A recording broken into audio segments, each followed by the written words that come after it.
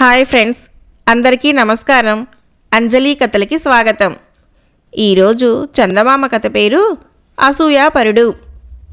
సిద్ధవరం గ్రామంలో సూరన్న, వీరన్న అనే యువకులు ఉండేవారు. సూరన్నకు దగ్గరలో ఉన్న అడవి సమీపాన 4 ఎకరాల మెట్ట పొలం ఉండేది. అతడు పొలం సేద్యం చేసుకుంటూ కాలం వెళ్ళబుచ్చేవాడు. వీరన్నకు ఆస్తిపాస్తులేం లేవు. అతడు అరణ్యంలో దొరికే ఫలసాయం పోగు చేసి కట్టెలు కొట్టి తెచ్చి గ్రామంలో అమ్ముకొని రోజులు గడుపుతూ ఉండేవాడు. సూరన్న, వీరన్న కూడా సాము గరిడీల్లోనూ బల ప్రదర్శనలోనూ ఆ చుట్టుపక్కల గ్రామాల్లో బాగా పేరు మోసిన వాళ్ళు.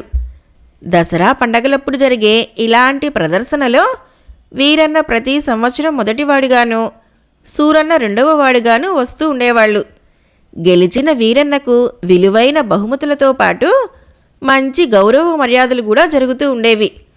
ఈ కారణం వల్ల సూరన్నకు వీరన్న పట్ల చాలా అసూయగా ఉండేది. అది క్రమంగా వీరన్నను ఎలాగైనా హతమార్చాలన్నంత పగగా తయారయింది. ఒకసారి సాధు ఒకడు దక్షిణ దేశం నుంచి కాశీకి పోతూ సూరన్న పొలం పక్కన ఉన్న అరణ్యంలో ఒక చెట్టు కింద 4 రోజుల పాటు నివాసం ఏర్పరచుకున్నాడు. అలాంటి వాళ్ల దగ్గర ఏవో మహిమలుంటాయని విని ఉన్న సూరన్న అతడిని ఎంతో భక్తిగా పళ్ళు ఫలాలు సమర్పిస్తూ సాధువు ఆదరణకు పాత్రుడయ్యాడు. సాధువు తిరిగి ప్రయాణం అయిపోతూ సూరన్నతో, వయసులో చిన్నవాడివైనా సాధు సన్యాసులంటే నీకున్న భక్తి నాకు చాలా సంతోషం కలిగించింది. ఏమన్నా సాయం కావాలంటే కోరుకో, ఇస్తాను అన్నాడు. ఇలాంటి సమయం కోసమే ఎదురుచూస్తూ వీరన్నను హతం చేసేటందుకు మనసులో తిరుగులేదనుకున్న పథకం వేసుకున్న సూరన్న సాధువుతో, అయ్యా, అరణ్యం పక్కన ఉన్న నా పంట పొలానికి అడవి దున్నల నుంచి ఇతర మృగాల నుంచి రక్షణ లేకుండా పోతున్నది. వాటిని భయపెట్టేటందుకు నాకు కోరినప్పుడు ఏ క్రూర మృగం రూపమో వచ్చేటట్లు అనుగ్రహించండి అన్నాడు. సాధువు సూరన్న ముఖంలోకి పరీక్షగా చూస్తూ చిన్నగా నవ్వి తన సంచిలో నుంచి 3 మూలికలు తీసి అతడికిస్తూ, ఇవి నువ్వు కోరినప్పుడు 3 సార్లు మాత్రం ఏ జంతు రూపం ధరించడానికైనా ఉపయోగపడతాయి. ఈ మూలిక నోట్లో వేసుకొని నములుతూ ఏ జంతు రూపం కావాలని కోరుకుంటావో ఆ జంతు రూపం వచ్చేస్తుంది. ఆ జంతు శరీరానికి ఏదైనా ప్రమాదం జరిగినా లేక తిరిగి యథారూపం కావాలని కోరుకున్నా ఆ రూపం నీకు వచ్చేస్తుంది అని చెప్పాడు. ఆనాటి నుంచి సూరన్న వీరన్నను తుదముట్టించేటందుకు అవకాశం ఎప్పుడు దొరుకుతుందా అని ఎదురు చూడసాగాడు. ఒకనాటి మధ్యాహ్నం వేళ వీరన్న అరణ్యంలోకి వెళ్లటం సూరన్న కంటపడింది. అతడు వీరన్న వెనకగా బయలుదేరి అరణ్యంలోని గుబురు చెట్ల చాటుకు పోయి మూలికల్లో ఒకదాన్ని నమిలి ఎలుగుబంటుగా మారాడు. వీరన్న తిరిగి వచ్చేటప్పుడు హఠాత్తుగా అతని మీద పడి చంపాలని సూరన్న ఆలోచన. సూర్యాస్తమయానికి మరికొద్ది కాలం ఉన్నదనగా వీరన్న చెట్ల మధ్యగా వస్తూ ఉండటం ఎలుగుబంటి రూపంలో ఉన్న సూరన్న చూశాడు. వెంటనే అతడు పొదల చాటుగా నక్కుతూ వీరన్నను సమీపిస్తూ ఉండగా మరొక మనిషి హఠాత్తుగా చెట్ల వెనక నుంచి బయటికి వచ్చి ఉచ్చు వేసి ఉన్న తాడుని గిరగిరా తిప్పుతూ, వీరన్నా, కొంచెం పక్కకు తప్పుకో, వచ్చిన పని వృధా కాలేదు, ఎలుగుబంటు దొరకనే దొరికింది అన్నాడు. వాడు పేరు మోసిన పెద్ద వేటగాడు. అరణ్యంలో దొరికిన క్రూర మృగాలను పట్టుకుని నగరంలో జంతు ప్రదర్శనశాలకు అమ్ముతూ ఉంటాడు. వాణ్ణి వీరన్నతో పాటు సూరన్న కూడా ఎరుగును. వేటగాణ్ణి చూస్తూనే సూరన్న బతుకు జీవుడా అనుకుంటూ దూరంగా చెట్లలోకి పారిపోయి తనకు తిరిగి మామూలు రూపం రావాలని కోరుకున్నాడు. అంతలో అక్కడికి వేటగాడు వీరన్న వచ్చి అతన్ని, ఆ దగ్గర ఎక్కడైనా ఎలుగుబంటును చూశావా అని అడిగారు. సూరన్న అమాయకంగా ముఖం పెట్టి తానేం చూడలేదని వాళ్లకు చెప్పి ఇంటిదారి పట్టాడు. ఈ విధంగా సాధువు సూరన్నకు ఇచ్చిన మూలికల్లో ఒకటి వృధా అయిపోయింది. మర్నాడు సూరన్న బాగా ఆలోచించి అడవికి పోయి మూలిక నమిలి ఎనుబోతు రూపం తెచ్చుకున్నాడు. ఆ రూపంలో ఉండి వీరన్నను కొమ్ములతో పొడిచి కాళ్లతో తొక్కి చంపాలని అతడి ఆలోచన. సూరన్న ఇలా ఎనుబోతు రూపంలో వీరన్నను వెతుకుతూ ఉండగా అతన్ని ఒక పెద్ద పులి చూసి భయంకరంగా గాండ్రించింది. సూరన్న పరుగు పుచ్చుకున్నాడు. పులి వెంటబడి తరమసాగింది. ఇక లాభం లేదని అతడు తిరిగి మనిషి రూపం తెచ్చుకొని ఒక చెట్టుపైకి ఎగబాకి ప్రాణాలు రక్షించుకున్నాడు. ప్రయత్నం ఫలించకుండానే రెండవ మూలిక కూడా వృధా కావటంతో సూరన్న ఈసారి అరణ్యానికి పోయి పులి రూపం తెచ్చుకొని చెట్ల చాటున పొంచి ఉన్నాడు. వీరన్న కొద్దిసేపటికి గొడ్డలి భుజాన పెట్టుకొని కట్టెలు కొట్టుకునేటందుకు అటుగా వచ్చాడు. సూరన్న చెట్టు చాటు నుంచి భయంకరంగా గాండ్రిస్తూ బయటకు దూకాడు. హఠాత్తుగా పులి గాండ్రింపు విన్న వీరన్న బెదిరిపోయి పక్కకు తిరిగేటంతలో గొడ్డలి భుజం మీద నుంచి జారి కింద పడింది. ఇక చావు తప్పదనుకుంటూ వీరన్న దాపుల్లో ఉన్న పెద్ద ఊబిగుంట అంచునే పరిగెత్తసాగాడు.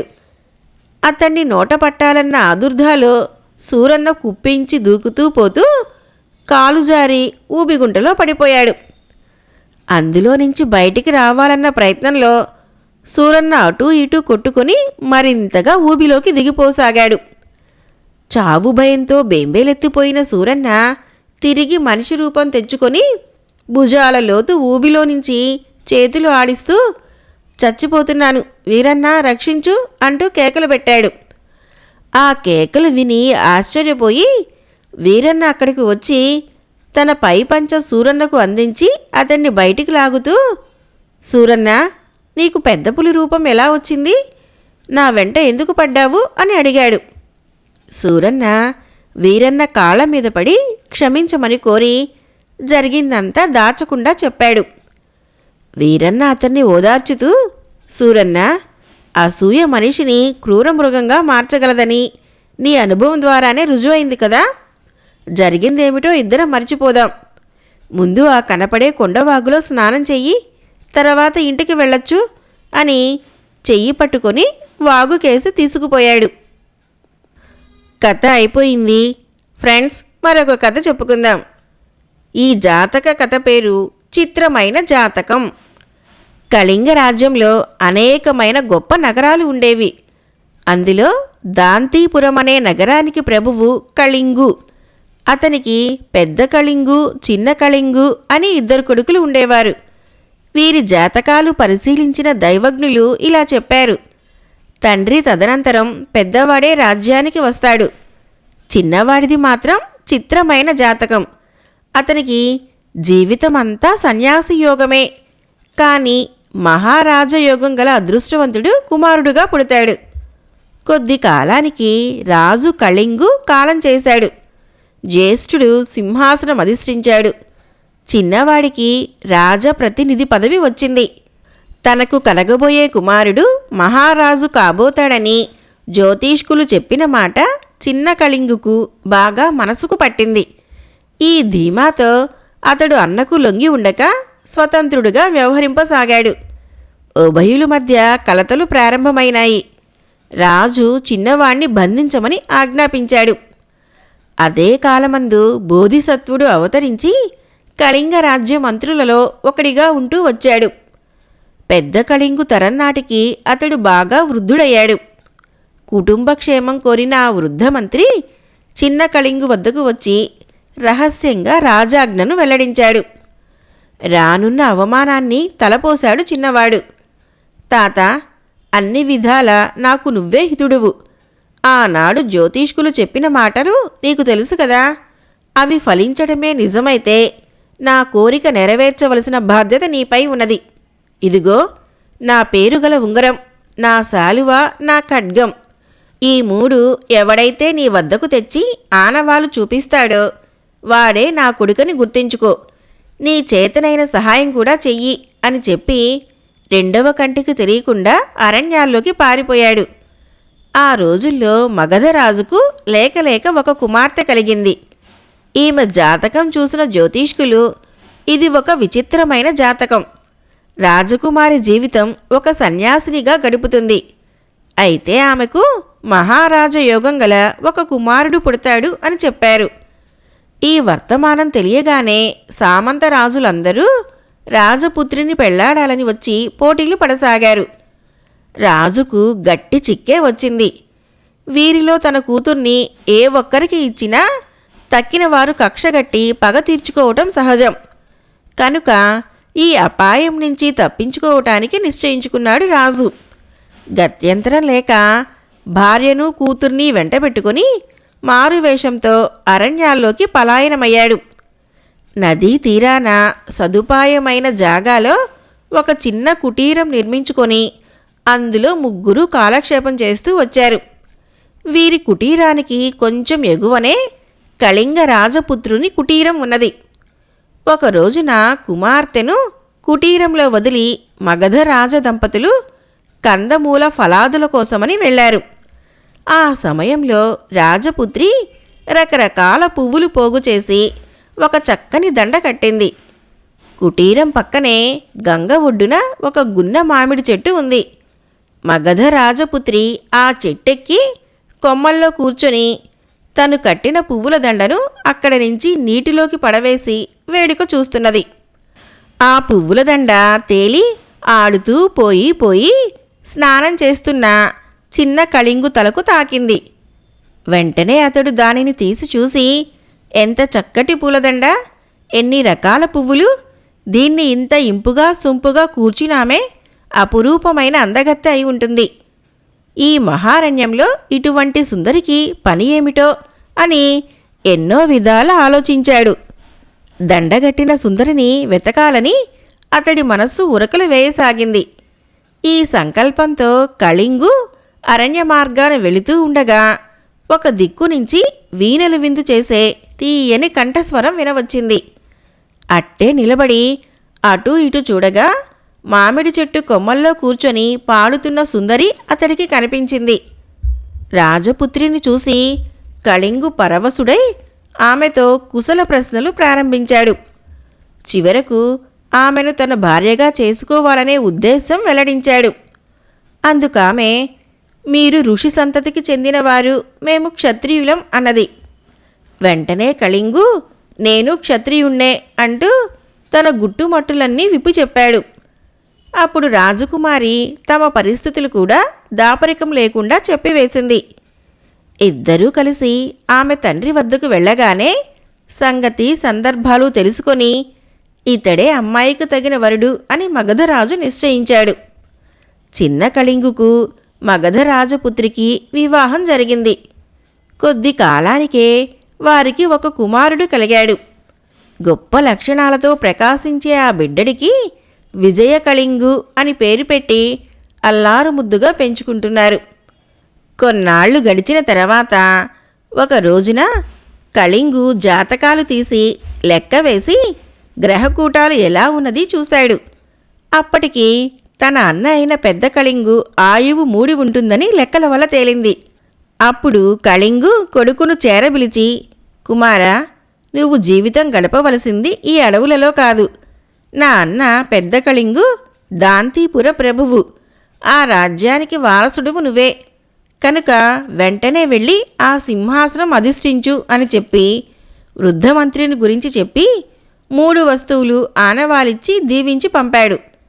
తల్లిదండ్రుల వద్ద, తాత అమ్మమ్మల వద్ద సెలవు తీసుకున్న విజయ కళింగు దాంతీపురం చేరుకొని వృద్ధమంత్రిని దర్శించి, నేను ఫలానా అని చెప్పాడు. అప్పటికి చిన్న కళింగు అంచనా ప్రకారమే అతని అన్న కాలం చేశాడు. దాంతీపురము అరాచక స్థితిలో ఉన్నది. ఒక మహాసభ ఏర్పాటు చేసి వృద్ధమంత్రి చిన్నవాడైన విజయ కళింగు పుట్టు పూర్వోత్తరాలు వెల్లడించేసరికి సభికులందరూ ఆశ్చర్యభరితులై జేజేలు కొట్టారు. వృద్ధమంత్రి అయిన బోధిసత్వుడి సలహాలు పాటిస్తూ విజయ కళింగు చక్కగా రాజ్యం పరిపాలించి పెద్దల పేరు నిలబెట్టాడు. కథ అయిపోయింది. ఫ్రెండ్స్, మరొక కథ చెప్పుకుందాం. ఈ కథ పేరు గౌరవం. గొప్ప సంగీత విద్వాంసుడని పేరు పొందిన చండ ప్రచండుడు ధర్మవరం వచ్చాడు. ఆయన ఎన్నో దేశాలు తిరిగి లెక్కలేనని రాజసన్మానాలు పొంది అంతులేని ఐశ్వర్యవంతుడై ఆ ఊరు చేరాడు. అంత గొప్పవాడు తమ ఊళ్ళో ఉంటున్నందుకు ఊరి వారంతా సంతోషించారు. ధర్మవరం జమీందారుకు ఎంతో మర్యాదస్తుడని పేరు. చెండ ప్రచండు తన గ్రామం వచ్చినప్పుడు ఆయన ఆ విద్వాంసుణ్ణి ఘనంగా సత్కరించి ఇల్లు దొరికే వరకు తన ఇంటనే ఆతిథ్యం ఇచ్చాడు. జమీందారుకు 4 పిల్లలున్నారు. వాళ్ళందరికీ సంగీతం అంటే మంచి ఆసక్తి. వాళ్ళు కాక ఆయన బంధువుల పిల్లలు మరొక 6 వాళ్లకు సంగీతం అంటే ఆసక్తి ఉన్న కారణంగా జమీందారు పొరుగురి విద్వాంసునొకణ్ణి వాళ్లకు గురువుగా నియమించాడు. ఈ గురు శిష్యులు చేసే సంగీత సాధన చెండ ప్రచండు ఒకసారి విని జమీందారుతో, ఈ మహాప్రపంచంలో ఇంతకంటే విద్వాంసుడే మీకు దొరకలేదా? ఈయన మీ పిల్లలను తప్పుదారిలో పెడుతున్నాడు అన్నాడు. చెండ ప్రచండు చెప్పింది విని జమీందారు నవ్వి ఊరుకున్నాడు. కాని ఆయన గురువును మాన్పించలేదు. కొద్ది రోజుల తర్వాత చెండ ప్రచండు ఒక మంచి ఇల్లు కొనుక్కొని అందులో కాపురం పెట్టాడు. కొద్ది కాలం గడిచాక ఏ కారణం వల్లనో పొరుగురి విద్వాంసుడు రావటం మానుకున్నాడు. ధర్మవరంలో సంగీతం నేర్చుకునే పిల్లలే కాని సంగీతం వినే పెద్దలు లేరు. ఒంటరిగా సంగీత సాధన చేసుకోవటం చెండ ప్రచండుడికి బాగా విసుగనిపిస్తున్నది. జమీందారు అడిగితే ఆయన ఇంట్లోని పిల్లలందరికీ తను సంగీతం చెప్పాలని ఆయన అనుకున్నాడు. కాని మాట వరసకైనా జమీందారు చెండ ప్రచండుడి దగ్గర ఆ ప్రసక్తి తేలేదు. కొన్ని రోజులు చూసి చెండ ప్రచండు జమీందారుతో, మన ఊరిలో సంగీతం నేర్చుకోవాలన్న కోరిక ఉన్నవాళ్ళందరికీ ఉచితంగా సంగీతం చెప్పదలిచాను అన్నాడు. ఆయన అలా అన్న మర్నాడే 100 మంది శిష్యులు తయారయ్యారు. 4 రోజుల పాటు చెండ ప్రచండు వాళ్లతో నానా శ్రమ పడ్డాడు. ఒక్క జమీందారింటి పిల్లలకు తప్ప మిగతా వాళ్ళందరికీ ముందు రోజు చెప్పిన పాఠాలు మర్నాటికి గుర్తుండేవి కావు. ఒకనాడు వచ్చినవాడు రెండో నాడు వచ్చేవాడు కాదు. ఈ శిష్యుల బెడద ఎలా వదుల్చుకోవాలో తెలియక చెండ ప్రచండు జమీందారునే సలహా అడిగాడు. ఊరికే సంగీతం అంటే అడ్డమైన వాళ్ళు వస్తారు, ఎంతో కొంత జీతం అనండి సరిపోతుంది అన్నాడు జమీందారు. ఆ విధంగానే చెండ ప్రచండు నెలకు వరహా జీతం ఇవ్వగలిగిన వాడినే శిష్యుడిగా తీసుకుంటానన్నాడు. దానితో ఆయన శిష్యుల సంఖ్య 100 నుంచి 20కి పడిపోయింది. అందులో 10 మంది జమీందారు గారి పిల్లలు, మిగతా వాళ్ళు సామాన్య కుటుంబీకులు. చెండ ప్రచండు ఎంతో శ్రద్ధగా తన శిష్యులను తీర్చిదిద్దేవాడు. సంగీతంలో వాళ్ళని తనంతటి వాళ్లను చేయాలని ఆయన కోరిక. కానీ జమీందారు ప్రవర్తన ఆయనకు బాధ కలిగించేది. సామాన్య శిష్యుల తల్లిదండ్రులు తరచుగా చెండ ప్రచండుడి దగ్గరికి వెళ్ళి ఆయన్ను మెచ్చుకుంటూ ఉండేవాళ్ళు. నెల జీతం ప్రతి మాసంలోని పున్నమి వెళ్ళిన ఏకాదశి నాడు అందజేస్తూ ఉండేవాళ్ళు. జమీందారు మాత్రం ఆయనను ఏనాడూ పొగడలేదు. నెల జీతం కూడా ఏనాడూ సక్రమంగా ఇవ్వలేదు. ఒక్కొక్కసారి చెండ ప్రచండుడే జీతం విషయం శిష్యులకు గుర్తు చేస్తూ ఉండేవాడు.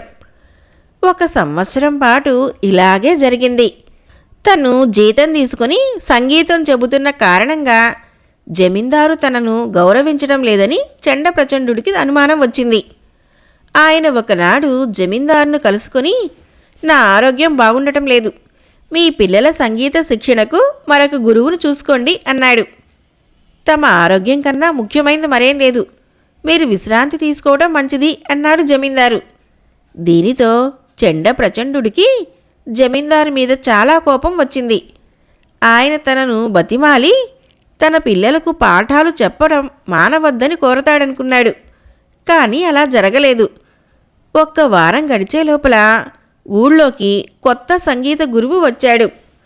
జమీందారు ఆయనకు నెల నెల రోజు తప్పకుండా జీతం ఇచ్చేవాడు.